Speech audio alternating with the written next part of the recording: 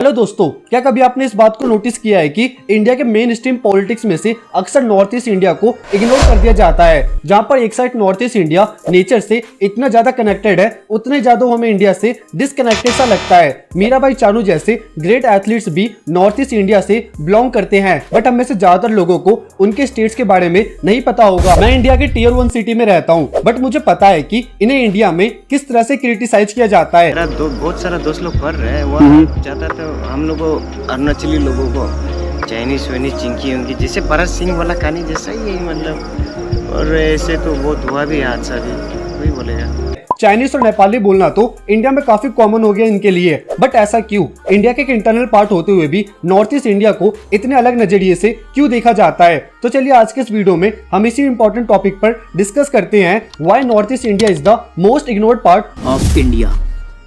Number 1, political neglect. North east India का एक major issue है पॉलिटिकल नेगलेक्ट। भारत का ये रीजन हमेशा सेंट्रल गवर्नमेंट के पॉलिसी मेकिंग और डेवलपमेंट फोकस का एक सेकेंडरी प्रायोरिटी लगता है। यहाँ के लोग अक्सर कंप्लेंट करते हैं कि उनके इशू को दिल्ली तक सुनने वाला कोई भी नहीं है। फॉर एग्जाम्पल, हेल्थ केयर और एजुकेशन के प्रोजेक्ट को इंप्लीमेंट करने में यहाँ हमेशा डिले होता है और डेवलपमेंट स्कीम अदर स्टेट के कंपेरिजन में यहाँ पर काफी कम फोकस में रहता है। 1962 के इंडो चाइना वॉर के बाद यहाँ इंफ्रास्ट्रक्चर प्रोजेक्ट को काफी ज्यादा फोकस मिलना चाहिए था, लेकिन पॉलिटिकल नेगलेक्ट के कारण यहाँ की जरूरत को हमेशा इग्नोर कर दिया जाता है। पॉलिटिकल नेगलेक्ट का ये नतीजा है कि यहाँ के लोगों को लगता है उनकी आवाज नेशनल लेवल पर सुनाई नहीं देती। इसका डायरेक्ट इंपैक्ट उनकी आइडेंटिटी, एम्प्लॉयमेंट अपॉर्चुनिटी और ओवरऑल डेवलपमेंट पर पड़ता है। नंबर 2, स्टेरियोटाइप्स और प्रीजुडिसेस। नॉर्थ ईस्ट इंडिया के लोगों के सामने एक बड़ा इशू है प्रीजुडिसेस, जो उनके कल्चर, आइडेंटिटी और यूनिटी को डायरेक्ट इंपैक्ट करता है। नॉर्थ ईस्ट के लोगों को अक्सर कहा जाता है कि उनका लुक बाकी इंडियन से अलग है। उन्हें चाइनीज या नेपाली बोलना एक आम बात बन गई है, जो उनकी इंडियन आइडेंटिटी को अंडर एस्टिमेट करता है। यहाँ तक कि उनके लैंग्वेज और फूड हैबिट्स को भी गलत तरीके से जज किया जाता है। दिल्ली, मुंबई जैसे बड़े सिटीज में नॉर्थ ईस्ट के स्टूडेंट या प्रोफेशनल के साथ रेशियल डिस्क्रिमिनेशन होता है।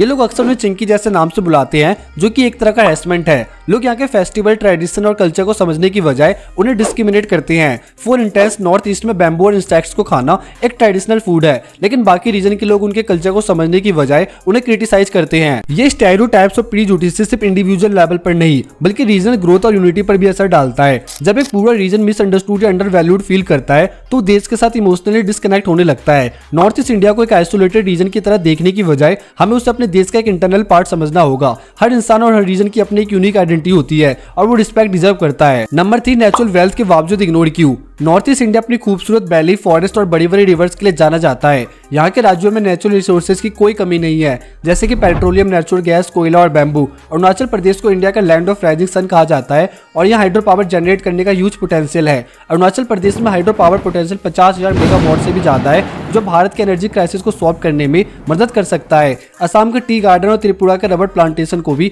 इग्नोर नहीं किया जा सकता। फिर भी यहाँ का इंफ्रास्ट्रक्चर डेवलपमेंट और इंडस्ट्रियलाइजेशन अभी भी काफी पीछे है। फॉर एग्जाम्पल, असम के टी गार्डन ग्लोबली पॉपुलर है, लेकिन वहाँ के वर्कर्स की कंडीशन और रेवेन्यू का यूटिलाइजेशन अभी तक एफिशिएंट नहीं है। त्रिपुरा और मिजोरम के बैम्बू और रबर इंडस्ट्रीज के लिए भी प्रॉपर प्रोसेसिंग यूनिट की कमी है, जिसकी वजह से रिसोर्सेज का डायरेक्ट एक्सपोर्ट होता है, लेकिन वैल्यू एडिशन नहीं होता। अगर यहाँ के रिसोर्सेज का सही यूटिलाइजेशन हो और सस्टेनेबल डेवलपमेंट पर फोकस किया जाए, तो नॉर्थ ईस्ट इंडिया भारत के जीडीपी में एक मेजर कॉन्ट्रीब्यूटर बन सकता है। यहाँ के यूथ को स्किल ट्रेनिंग और इंडस्ट्रियल अपॉर्चुनिटी के थ्रू एम्पावर करने की जरूरत है, ताकि यहाँ के नेचुरल वेल्थ का फायदा लोकल पॉपुलेशन को डायरेक्टली मिल सके। नंबर 4, नेचुरल डिजास्टर और conflict zones. North east India अपने खूबसूरत लैंडस्केप और कल्चरल डाइवर्सिटी के लिए जाना जाता है, लेकिन ये रीजन काफी नेचुरल डिजास्टर और कॉन्फ्लिक्ट का भी शिकार होता है। असम और अरुणाचल प्रदेश जैसे स्टेट में हर साल ब्रह्मपुत्र और उसके ट्रिब्यूटरी के फ्लड से लोगों की जिंदगी और उनके लाइवलीहुड पर तगड़ा इंपैक्ट डलता है।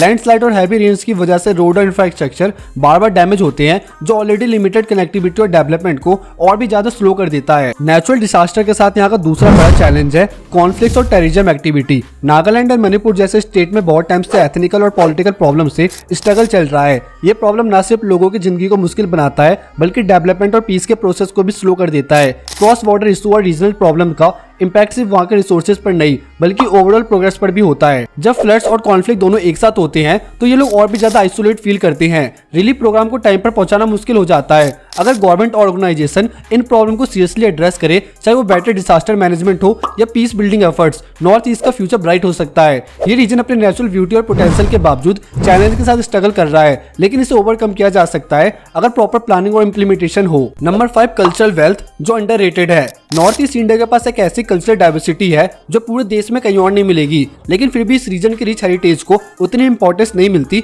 जितनी उन्हें मिलने चाहिए। यहाँ के ट्राइब्स अपने यूनिक ट्रेडिशन, म्यूजिक, डांस और फेस्टिवल के लिए फेमस है। फॉर एग्जाम्पल नागालैंड को हॉर्निवल फेस्टिवल, जो फेस्टिवल ऑफ फेस्टिवल्स कहलाता है, पूरे देश के लिए कल्चर ट्रीट हो सकता है, लेकिन इसका प्रॉपर प्रमोशन नहीं होता। यहाँ के ट्रेडिशनल हैंडलूम्स और हैंडीक्राफ्ट काफी स्पेशल है। असम का मुगा सिल्क और मणिपुर का मणिपुरी डांस दुनिया भर में एड्रेस होते हैं, पर उन्हें वो मेन स्ट्रीम अटेंशन नहीं मिल पाती जो वो डिजर्व करते हैं। अरुणाचल प्रदेश के ट्राइब के पास अपना डिस्टिंक्ट आर्ट फॉर्म है, जैसे बैम्बू और केन क्राफ्ट, लेकिन ये ग्लोबल मार्केट तक नहीं पहुंच पाते। अगर इन कल्चरल वैल्यूएबल्स को प्रॉपर्ली शोकेस किया जाए थ्रू टूरिज्म कैंपेन, एग्जीबिशन और एजुकेशनल प्रोग्राम, नॉर्थ ईस्ट के लोग अपने हेरिटेज पर और भी ज्यादा प्राउड फील कर पाएंगे और पूरे देश के लोग इस रीजन की ब्यूटी को डेप्थ में समझेंगे और अप्रिशिएट कर पाएंगे। यहाँ की कल्चर वेल्थ हमारे देश के लिए एक एसेट है जो आज तक अपनी ट्रू पोटेंशियल तक नहीं पहुंची। तो मेरा ये एक छोटा सा स्टेप था इंडिया को यूनाइट करने का और हमारे नजरिए को बदलने का, और इसी के साथ मैंने एक मेजर इशू को हाईलाइट किया है। इसके बारे में आप क्या सोचते हो मुझे कमेंट सेक्शन में जरूर बताइएगा। और जिस नजरिए से हम नॉर्थ ईस्ट को देखते हैं, क्या हमें अपने नजरिए को बदलने की जरूरत है? और आप नॉर्थ ईस्ट इंडिया से इस वीडियो को देख रहे हो तो मुझे कमेंट सेक्शन में जरूर बताइएगा वहां पर आपको इंडिया के बारे में क्या फील होता है। क्या हम कर सकते हैं ऐसा ताकि हम इंडिया को दोबारा से यूनाइट करके नॉर्थ ईस्ट साउथ वेस्ट इसको खत्म करके हम सिर्फ एक इंडिया की बात करें? बाकी इसके बारे में और डिटेल्स में आपको जानना है तो मुझे कमेंट सेक्शन में पार्ट 2 जरूर लिखना। मैं बाद में एक और डिटेल वीडियो बनाऊंगा जिसमें हम डिस्कस करेंगे पूरे इनसाइट्स के साथ। बाकी वीडियो अगर आपको इन्फॉर्मेटिव लगे तो मेरे चैनल को सब्सक्राइब जरूर करिएगा। मिलते हैं कुछ टाइम बाद एक और इंटरेस्टिंग वीडियो के साथ। And don't forget to share this video ताकि लोगों को ज्यादा से ज्यादा इस टॉपिक के बारे में अवेयरनेस हो सके। जय हिंद, जय भारत।